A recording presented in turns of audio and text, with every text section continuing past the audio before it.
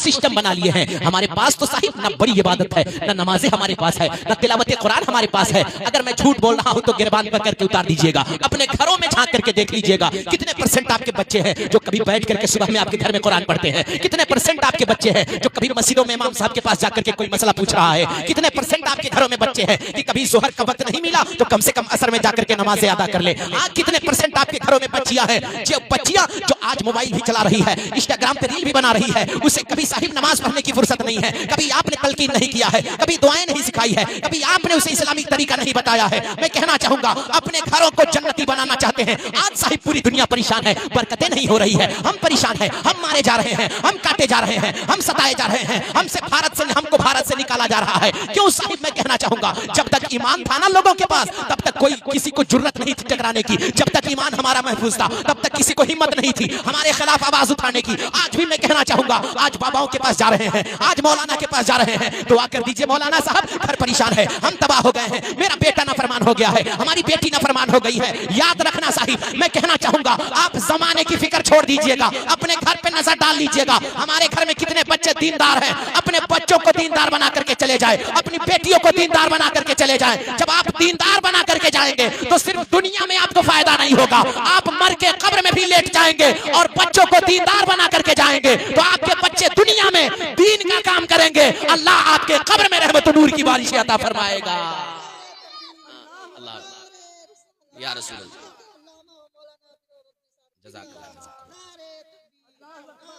हाँ दीनदार जज़ाकल्लाह माशाअल्लाह। ये वल्हम्दुलिल्लाहि रब्बिल आलमीन। लाइक मुबारकबाद है तमामी हजरात, जितने लोग भी बैठकर अल्लाह और उसके रसूल के जिक्र में बैठकर सुन रहे हैं और अपनी ज़िंदगी और आखिरत को बना रहे हैं। लाइक मुबारकबाद मेंबर नूर पे उलमा इकराम भी हैं जिन्होंने बहुत ज़्यादा मोहब्बतों का इजहार किया। अल्लाह इस मोहब्बतों को सलामत रखे, खुसूसियत के साथ आपके दयारे मोहब्बत के खतीबे बेनज़ीर अदीब शहीद नारे तकबीर नारे रिसालत उलमाए अहले सुन्नत मसलके आला हज़रत उलमाए अहले सुन्नत नारे तकबीर नारे रिसालत।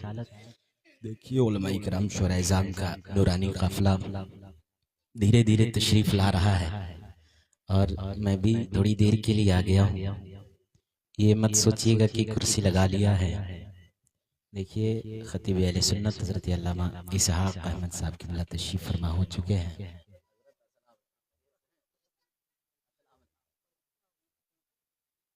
सारे लोगों से आपको मुलाकात करनी है। थोड़ी देर के लिए फ़कीर हाज़िर खिदमत आया है और बड़ी मोहब्बतें आप ही के दयारे परवकार के खतीब बेनज़ीर अदीब शहीद पैकर इखलास हज़रत हाफिज़ वकारी इस्माइल रज़ा साहब की बिला की मोहब्बतें, साथ ही साथ आपके खतीब इमाम साहब की बिला हज़रत अल्लामा खुश मोहम्मद साहब की बिला, जिनसे आपने नातिया खानी और तकरीर भी गालिबन समात कर लिए हैं। थोड़ी देर के लिए आप तमामी हजरात की मोहब्बतें उमूमी तौर पर खुसूसी तौर पर भाई अकबर भाई की मोहब्बतें मेरी हाज़िरी हो गई है। थोड़ी देर इंशाअल्लाह हाज़िरी के गर्ज से कुछ बोलने की जसारत करूँगा। मेरे नूर पे उलमा इकराम हैं, हज़रत अल्लामा इसहाक़ अहमद साहब की बिला भी तशरीफ़ फरमा हो चुका है, दीगर उलमा इकराम हैं। अभी नबीना शायर से आप लोग सुन रहे थे, बड़ी अच्छी आवाज़ है, अल्लाह उनको सलामत रखे। लेकिन मैं तो नाम नहीं जानता सबका, मैं यही कहूँगा जितने लोग भी मेंबर शरीफ पर बैठे हैं ये मत सोचिएगा कि मैं कुर्सी लगा लिया हूँ तो सारे लोगों से मैं बड़ा हूँ या फिर मैं बेअदबी कर रहा हूँ। बस कुर्सी इसलिए लगाया ताकि आप हमको देखें ठीक से, मैं आपको देखूँ, बाकी कुछ नहीं है। मैं सबसे छोटा तिफले मकतब उलमा इकराम से दुआएं हासिल करने के लिए थोड़ी देर ये सारे लोग दुआएं दे देंगे, आप लोग सुनेंगे। ये खाना वगैरह ले जाने का सिलसिला अगर खत्म हो गया तो थोड़ी देर अकबर बाबू मैं गुजारिश करूंगा कि सारे लोगों को आप बैठा दें। असल में सिस्टम तो ये होना चाहिए, ये किसी शादी की महफिल तो नहीं है, शादी की जश्न नहीं है ना, या फिर खतना या अकीके की भी ये कोई महफिल नहीं है। और क्योंकि शादी में भी लोग खुशियां मनाते हैं और अकीका खतना में भी लोग जश्न मनाते हैं अपने बाल बच्चों के अकीके में, तो लोग खाना वगैरह तकसीम करते हैं तो अच्छा लगता है ना। लेकिन ये एक जाने वाली मरहूमा के अफसोस में बैठे हैं ना, और उन्हीं के नाम से हमने अल्लाह के रसूल की महफिल का एहतमाम किया है। तो सिर्फ हमने रस्म न बनाए कि हम ये चहारम तीजा दसवा में खिलाएंगे, घर घर पे खाना बांटेंगे, तभी बेहतर होगा। अगर आप खिलाना ही चाहते हैं तो गुरबा मसाकीन को खिलाएं, ये अच्छी बात है। लेकिन अगर आपको खिलाने का शौक है, अल्लाह ने ताकत बख्शी है, तो ये खाना पहुंचाने का सिस्टम, ले जाने का सिस्टम, ये थोड़ा सा ठीक नहीं लगता है। बस महफिल में आने वाले लोगों को खाना खिला दिया जाए, है ना, इसी की बरकतें हैं। लेकिन अगर ले जा रहे हैं, दावत है सबकी घरों में ले जाने की, अगर सिलसिला खत्म है तो थोड़ी देर मेरी बात सुने और याद रखें कि ये किसी जश्न में आप लोग नहीं बैठे हैं। जिनके मौके पर हम लोग बैठे हैं ना, ये मौका हमारे साथ भी आने वाला है। एक दिन हमारे नाम की भी लोग महफिल से जाएंगे, 10वां करेंगे, 20वां करेंगे, 40वां करेंगे। तो ये सिर्फ खाने का ही रस्म हो जाएगा ना, तो फिर सारे लोग खाने पीने के चक्कर में रह जाएंगे, जाने वालों को तो कोई दुआएं नहीं देगा। जमाना ये ऐसा चल रहा है ना कि देखिए कितना मॉडर्न जमाना चल रहा है कि एक बाप को बेटा दफना करके आता है ना, फिर 10 दिन 20 दिन ज्यादा मोहब्बत है तो 40 दिन के बाद उसकी कब्रों की निशान तक भूल जाता है।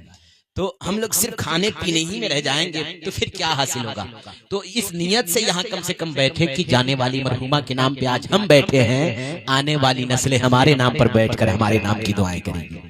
हाँ, तो ये भी कम से कम ख्यालात होना चाहिए। और साहिब खाना ने आप लोगों को खाने का इंतजाम फरमा दिया है तो फिर और सोने पे सुहागा है। हाँ, और ये मुकद्दर की बात है, इसलिए कि दाने दाने पे लिखा है खाने वाले का नाम, है ना, सारे लोग अपने मुकद्दर से खाते हैं। तो फिर और इसमें 4 चांद लग गई है कि आपको खाने की भी दावत है, और बड़ी बात ये भी है कि आपके घर की औरतों को भी खाना पहुंचाया जा रहा है। हाँ, तो कम से कम औरतें भी, पूरे इलाके की औरतें भी दुआएं कर देना। अगर ये एक लुकमा खाकर दुआ के लिए हाथ उठा देना, आपकी घर की औरतें कहे अपने दुपट्टे की कसम, कभी घर की औरतों से कह देना, सुन मेरी बेटी, सुन मेरी बीवी, तुम सिर्फ खाना लेकर के आई हो ना फला मरहूम के नाम पर, सिर्फ खा करके लुकमों को हलाल बना देना, तुम खा करके भूल ना जाना।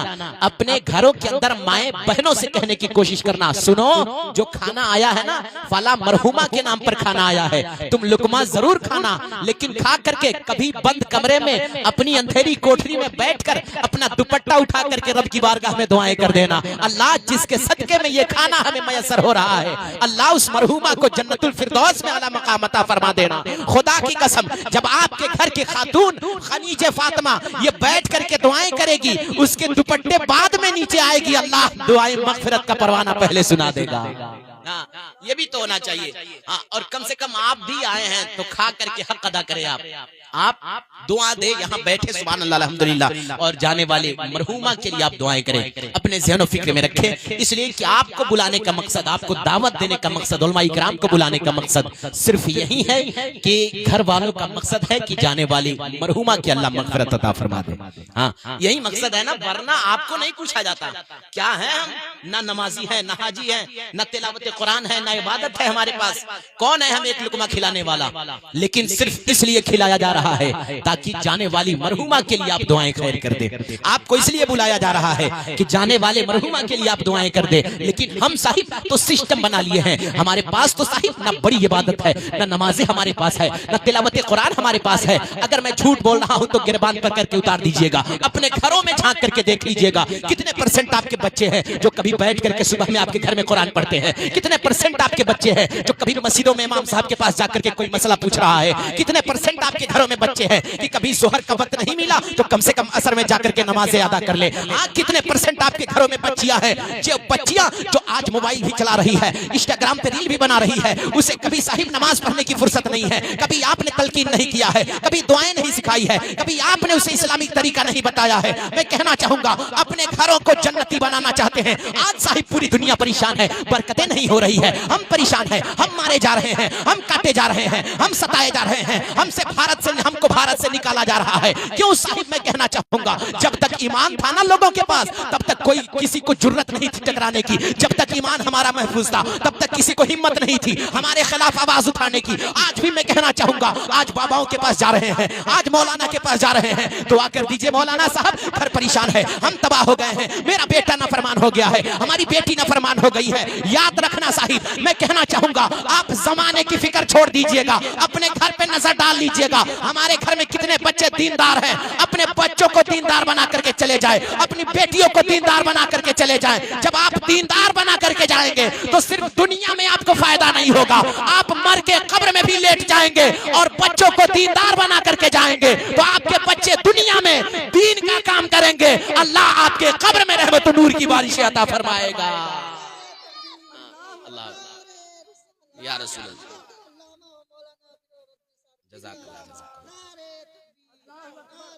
हाँ दीनदार माशाल्लाह, ये इमाम साहब की मोहब्बतें हैं साहिब। अभी आपने देखा तरबियत बहुत जरूरी है। आप अंदाजा लगा लीजिएगा आपके इंतकाल के बाद आपके कितने बेटे हैं कि आपके कब्र पर जाकर 5 मिनट दुआ के लिए हाथ उठा दें। कभी आपने तैयार करके जा रहे हैं, प्रॉपर्टी हम छोड़ करके जा रहे हैं, जमीन हम छोड़ करके जा रहे हैं, बच्चों के लिए मकान हम बना करके जा रहे हैं, बच्चों के लिए हमने अच्छा बिजनेस तैयार करके जा रहे हैं, सारी चीजों का हमने इंतजाम फरमा लिया है। लेकिन कभी आपने सोचा है कि जिंदगी हमने 60 साल गुजार दिया है, 70 साल जिंदगी गुजार दी है, लेकिन अब तक हमारे पास एक सजदे नहीं हो पाए हैं, अब तक हमारे पास नमाजें ना हो पाई है, अब तक हमारे पास तिलावत कुरान नहीं हुआ है। आखिर कब्र में जाकर हमारी बख्शिश कैसे होगी, हमारी मगफरत का परवाना कैसे होगा, कौन सी चीजें हमें बचाएगी? याद रखिएगा, आप प्रॉपर्टी की फिक्र करो या ना करो, जमीन की फिक्र करो या ना करो, दौलत की फिक्र करो या ना करो, इसलिए कि कब्र में कोई दौलत बचाने नहीं जाएगी, कोई जमीन आपको बचाने नहीं जाएगी। आप अच्छी हवेली बना करके जाएंगे, हवेली आपको बचा करके बचाने नहीं जाएगी, लेकिन आप अपने बेटों को दीनदार बना करके चले जाएं, कम से कम इस ख्याल के साथ, इस नीयत के साथ, ताकि हम कब्र में जाएंगे तो हमारे बच्चे यहाँ खड़े होकर कभी सजदों में दुआएं करेंगे, कभी नमाजों में दुआएं करेंगे, कभी मस्जिदों में बैठकर हमारे बच्चे दुआ करेंगे, इधर बच्चे आपके लिए दुआ करेंगे। यकीनन बच्चों की दुआ बाद में खत्म होगी, आपका मग़फ़िरत का परवाना पहले सुना दिया जाएगा। हाँ, नारे तकबीर, नारे रिसालत, उलमाए अहले सुन्नत, मसलक आला हज़रत भाई मोहतरम जमील अख्तर तूफानी साहब किबला, अल्लामा पीरे तरीक़त साहब किबला, माशाअल्लाह। ये देखिए एक उलमाए किराम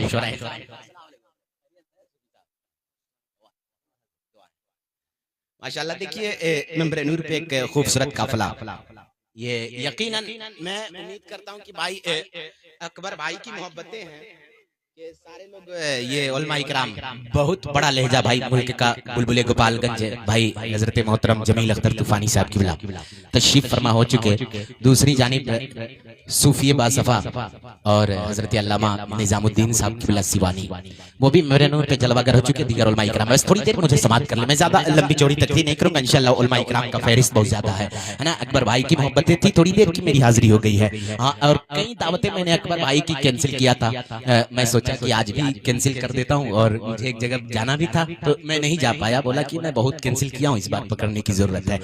अल्लाह सलामत रखे। थोड़ी देर मेरी बात समाप्त कर, मैं कह रहा था कि दीन बच्चों को सिखा करके जाएं ताकि आपके कब्र में काम आने वाली ये चीज है। फरमाया जाता है ना कि जब आप इंतकाल कर जाएंगे, मर जाएंगे ना, सारे लोगों को मरना है ना भाई, इससे किसी को इनकार तो नहीं है ना। उलमा इकराम है, किसी को इनकार नहीं है, उलमा भी इनकार नहीं कर सकते हैं कि भाई कैसी बातें बोल रहे हो, मुझे तो नहीं मरना है कोई अमर बैठा इसमें, सारे लोगों को मरना है ना, सारे लोगों को खत्म हो जाना है, लेकिन है इसकी फिक्र। मैं कह रहा था कि मर जाना है सबको, मौत आएगी सबको, लेकिन आप अपने बच्चों को दीनदार बना करके जाएं ताकि आपके जाने के बाद कम से कम आपके बच्चे आपके लिए दुआ के लिए हाथ उठाएं। वरना याद रखिएगा, MBBS डॉक्टर प्रोफेसर ये तमाम तर इंजीनियर हम अपने बच्चों को बना करके चले जाएंगे ना, शायद डॉक्टर बेटे को फुर्सत ना होगी आपके लिए दुआ के लिए हाथ उठा दे, शायद इंजीनियर को आपके कब्र पे जाने की फुर्सत ना होगी।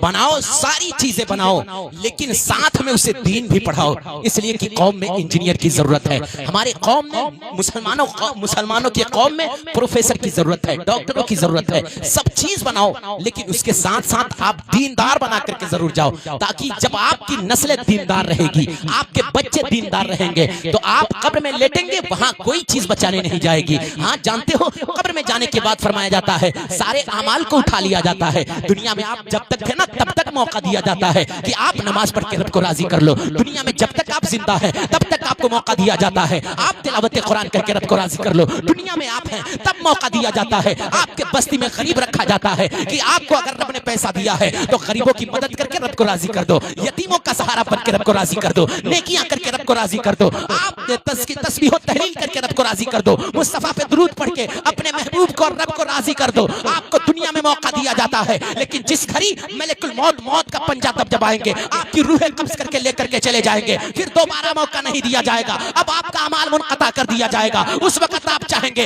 अपने रब को कैसे राजी करूं, वहां कोई सजदे आपको करने का मौका नहीं दिया जाएगा, आपको नमाज पढ़ने का मौका नहीं दिया जाएगा, आपको कुरान पढ़ने का मौका नहीं दिया जाएगा। वहां कोई गरीब नहीं मिलेगा जिसकी मदद करके रब को राजी कर सकते हैं। वहां कोई यतीम नहीं जाएगा। यार दुनिया में अपने रब को राजी कर सकते हैं। कभी सजदों में जिंदगी गुजार दे, कभी तिलावत कुरान में जिंदगी गुजार दे, कभी गरीबों की मदद कर दे, कभी यतीमों का सहारा बन जा, ताकि जब आपका जनाजा आपके बस्ती से निकल करके जाए तो सारे लोगों के चेहरे पे अफसोस होना चाहिए, आंखों में आंसू होना चाहिए। गरीब रोता हो आपके जनाजा देख करके, अरे मेरा सहारा जा रहा है। यतीम रोता हो आपका जनाजा देख करके, मेरी खिदमत करने वाला जा रहा है। आप बस्ती वाले रोते हो, अरे एक नमाजी जा रहा है, इसलिए कि हो सकता है इसी नमाजी के सदके में अल्लाह आपके बस्ती में बरकत अता फरमाता है। अरे सारे लोग अफसोस करें, अफसोस गरीबों से प्यार करने वाला जा रहा है, यतीमों का सहारा जा रहा है, नमाज का आदी जा रहा है, तिलावत कुरान करने वाला जा रहा है। इसलिए कि इमाम आज़म फरमाते हैं कि आपके दौलतों की वजह से आपको रिस्क नहीं दिया जाता है, आपके ताकतों की वजह से आपको रिस्क नहीं दिया जाता है। हमारे पास उतनी ताकत नहीं है कि हमें सुबह में नाश्ता मिल सके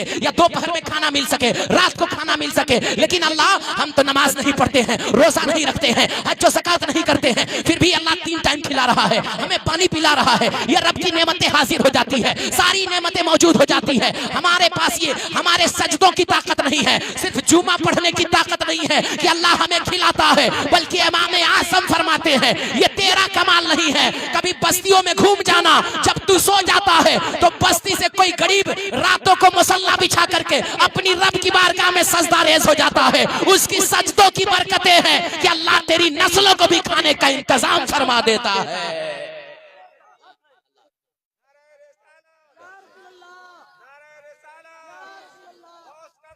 नहीं छोड़ेंगे।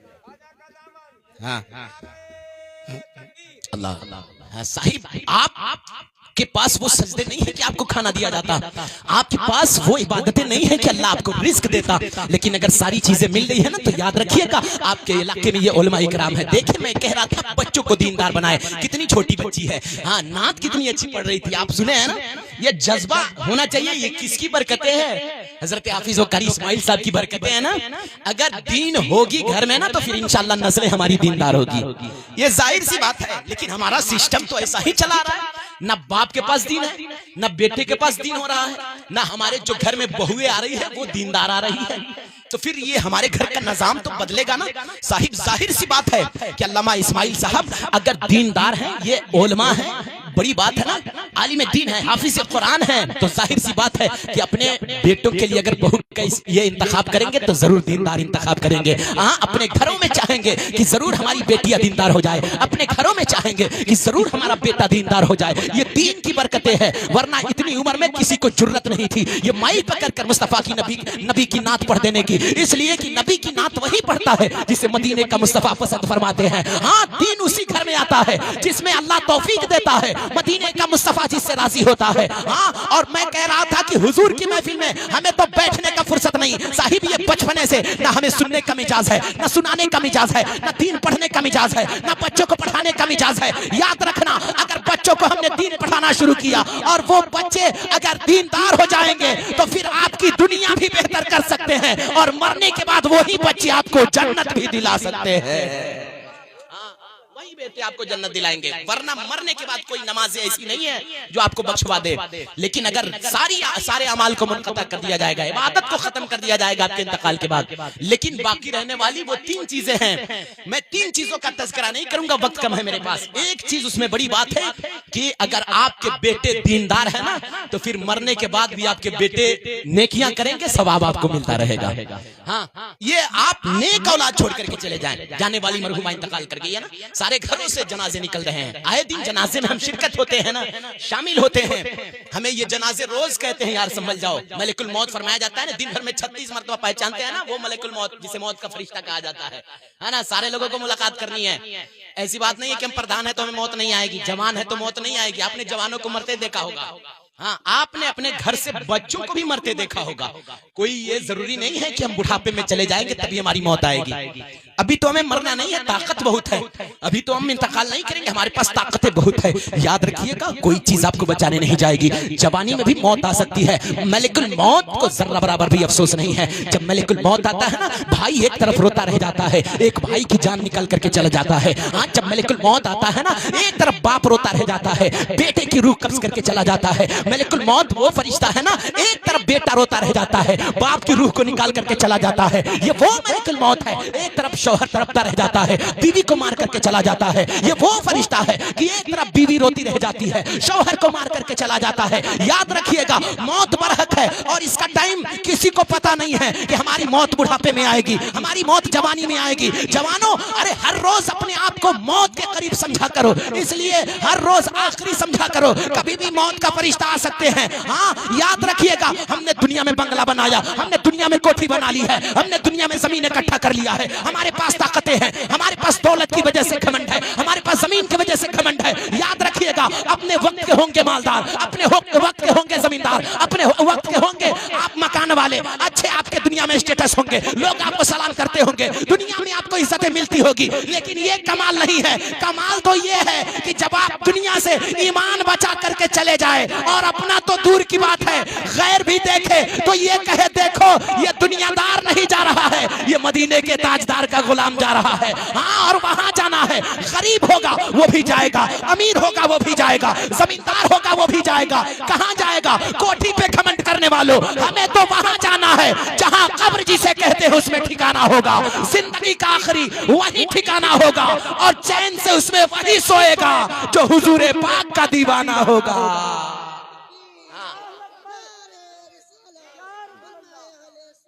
हाँ, अल्लाह अकबर। कोठी में आप चैन से होंगे, अपने घरों में चैन से होंगे, सारी चीजों का हमने इंतजाम कर लिया, पंखे, एसी, कूलर, सारी चीजें हमारे घरों में है।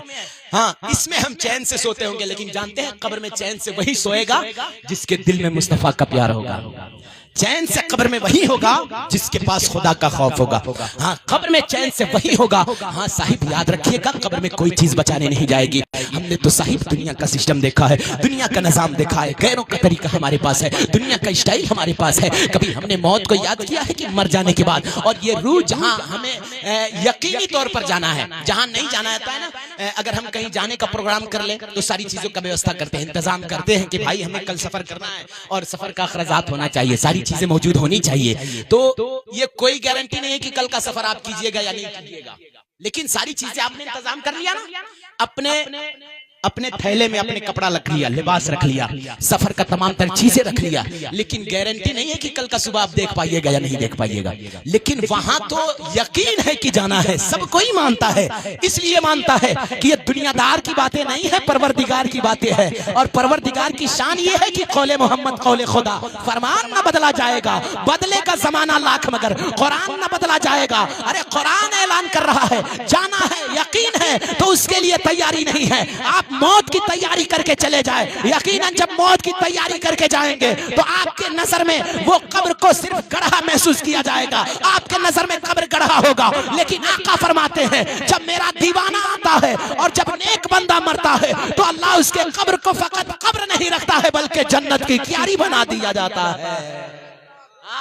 आप अमाल अच्छा करके जाए। बातें तो बहुत सारी है, मुझे वक्त भी बहुत कम मिला था, 8 बज गया, और 8 बजे तक ही मेरा टारगेट था। इंशाल्लाह उलमा इकराम का फहरिस्त बहुत ज्यादा है, और इंशाल्लाह वक्त होता तो मैं आपसे बात करता मौत और जिंदगी क्या है। अल्लाह कुरान में इरशाद फरमाता है, मिनहा खलकनाकुम व फीहा नुईदुकुम व मिनहा नुखरिजुकुम तारतन उखरा।